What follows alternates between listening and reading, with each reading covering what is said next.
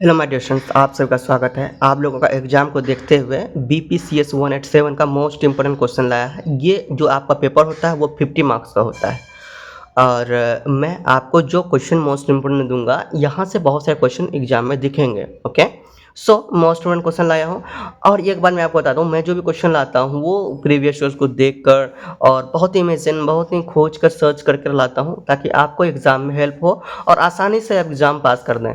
और दूसरी बात, आप कुछ भी नहीं पढ़े हैं, पूरा साल भर में कुछ भी नहीं पढ़े हैं, फिर भी अगर आप इन सभी क्वेश्चन को बना के जाते हैं, डेफिनेटली आप पास होकर आएंगे, अच्छे मार्क्स लाएंगे। ओके, सो चलिए टाइम वेस्ट नहीं करते हुए आज का देखते हैं मोस्ट इंपोर्टेंट क्वेश्चन क्या है हमारा। चलिए, ये जो BPCS 187 है, ये बुक का जो नाम है वो मानव संसाधनों का प्रबंधन, ये बुक का नाम है। एंड इसका मोस्ट इंपोर्टेंट क्वेश्चन हम लोग देखेंगे। अगर आप जून सेशन में एग्जाम दे रहे हैं, जून मतलब अभी जस्ट एग्जाम देने ही वाले हैं, या दिसंबर में एग्जाम देंगे, दोनों के लिए मोस्ट इंपोर्टेंट क्वेश्चन है। चलिए, पहला क्वेश्चन क्या है इंपॉर्टेंट, देखिए। मानव संसाधन प्रबंधन के उद्देश्यों और कार्यों की व्याख्या कीजिए। तो देखिए, यहाँ पे मानव संसाधन के प्रबंधन के उद्देश्य है। यहाँ इसी को ना अलग अलग टाइप से आपको पूछ सकते हैं, लेकिन आपको सबसे ज़्यादा इंपॉर्टेंट जो ध्यान देना है, मानव संसाधन प्रबंधन, ये तीन चीज़ को ध्यान देना है। और इसको घुमा के कुछ भी क्वेश्चन पूछ देना, लेकिन ये तीन चीज़ अगर दिखे तो इसका आंसर इसी के अनुसार आपको देना है। समझ में आ गया? तो ये क्वेश्चन को आप जल्दी से सॉल्व करें। सेकंड, आपका कॉर्पोरेट सामाजिक दायित्व की संकल्पना प्रकार, फर्स्ट होगा ये। सेकंड, कॉर्पोरेट सामाजिक दायित्व की संकल्पना प्रकार और महत्व की व्याख्या करें। तो यहाँ पे कॉर्पोरेट सामाजिक दायित्व, ये तीन चीज़ आपको ध्यान रखना है। बाकी जो भी क्वेश्चन आपको किसी तरह क्वेश्चन पूछे, टेंशन नहीं लेना है आपको। बाकी इसी का कॉर्पोरेट सामाजिक दायित्व का आपको बढ़िया से तैयारी करना है। ओके, और टाइम जैसे ही मिलेगा मैं आप लोगों के लिए वीडियो जरूर बनाऊंगा इनका सॉल्यूशन का। ओके, नेक्स्ट है इंपॉर्टेंट क्वेश्चन नंबर 3, मनोवैज्ञानिक अनुबंध शब्द की व्याख्या कीजिए। जीवन वृत्ति प्रबंधन में नियोक्ता कर्मचारी की भूमिका पर चर्चा भी कीजिए। तो अगर आप ये तीन चीज़ अगर सही से पढ़ लिए हैं तो वहाँ पे आपको खुद मिल जाएगा, है ना। और इनके बारे में बहुत सारे बता सकते हैं। जो आपको जो पूछे जाएंगे क्वेश्चन, 10 मार्क्स का पूछे जाएंगे एक क्वेश्चन, क्योंकि 50 मार्क्स का एग्जाम होगा और एक क्वेश्चन 10 मार्क्स का आपको पूछे जाएंगे इनमें से, ठीक है। कुछ 5 मार्क्स का भी होगा, बट उसी में 2 मिल के रहेगा, मतलब ज्वाइन रहेगा, बट आपको 10 नंबर दिया जाएगा, ठीक है। और टोटल 8 क्वेश्चन आपको दिखेंगे वहाँ पे एग्जाम में। चलिए, ये हो गया आपका। क्वेश्चन नंबर 4 आपको देखना है। मानव संसाधन विकास के रूप में व्याख्या कीजिए, इसके कार्यों का वर्णन कीजिए। मानव संसाधन विकास के रूप में क्या करना है, व्याख्या करना, फिर इनके कारणों का भी, है ना, क्या करना है, इनके जो कारण हैं, इनके कारणों का भी क्या करना है, इनके कार्यों को भी वर्णन करना है। मानव संसाधन के विकास के रूप में व्याख्या करना है और इसके जो कार्य है, इसके कार्यों का भी वर्णन करना है।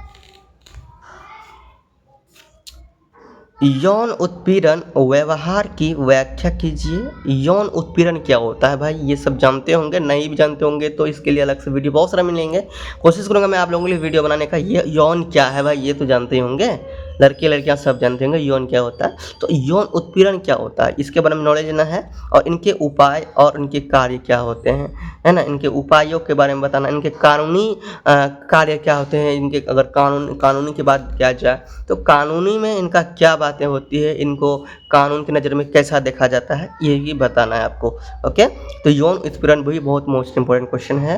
क्वेश्चन नंबर 6 है, दुर्घटना को परिभाषित कीजिए। दुर्घटना को आपके बुक के अनुसार जो पढ़े होंगे ये बनाना है। दुर्घटना को परिभाषित कीजिए, इसके कारणों की भी क्या करना है, आपको व्याख्या करना है। दुर्घटना को परिभाषित कीजिए और इसके कारणों की व्याख्या कीजिए। रणनीतिक मानव संसाधन प्रबंधन को परिभाषित कीजिए। रणनीतिक मानव संसाधन प्रबंधन, ये आपको देखना, और इस टाइप से इसके ना, ये रणनीतिक मानव संसाधन प्रबंधन, ये देखकर बाकी बहुत सारे फंसाने वाले कुछ से कुछ डाल देंगे आपको फंसाने के लिए, लेकिन आपको ध्यान रखना रणनीतिक मानव संसाधन प्रबंधन, बस। इसके बाद बहुत सारा आप बना सकते हैं। ओके, नेक्स्ट देखिए, नेक्स्ट इंपॉर्टेंट क्या है हमारा। नेक्स्ट है आपका इंपॉर्टेंट क्वेश्चन नंबर 8, चयन की तकनीकों का वर्णन कीजिए। चयन की तकनीकों का वर्णन कीजिए, है ना।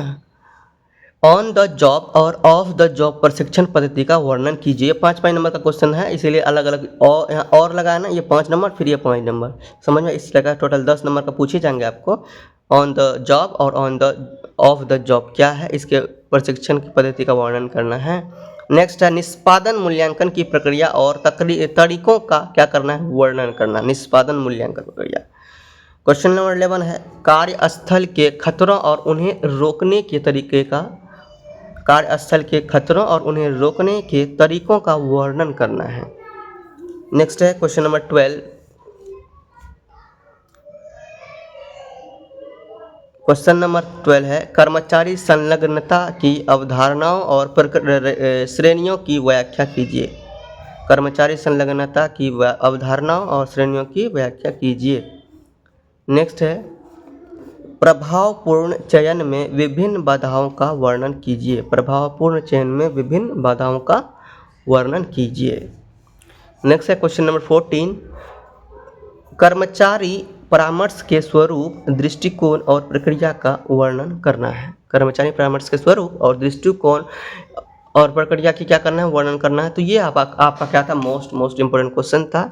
इसका अच्छा से प्रिपेयर कीजिए, तैयारी कीजिए। मैं कोशिश करूंगा बहुत जल्द आप लोग को इनका आंसर भी दूं, थोड़ा सा टाइम मिले मैं आप लोगों के लिए बनाऊं, बट आप लोग इसका प्रैक्टिस कीजिएगा। क्वेश्चन का आंसर ढूंढने की कोशिश कीजिए, बुक में भी मिल सकता है और बहुत सारे वीडियोज़ भी बने होंगे, तो आप लोग प्रैक्टिस कीजिए, कोशिश कीजिए ढूंढने का और इनका सॉल्व करके रखें। इनको प्रैक्टिस एग्जाम से पहले तैयारी कर ले अच्छा से, बहुत कम समय बचा है।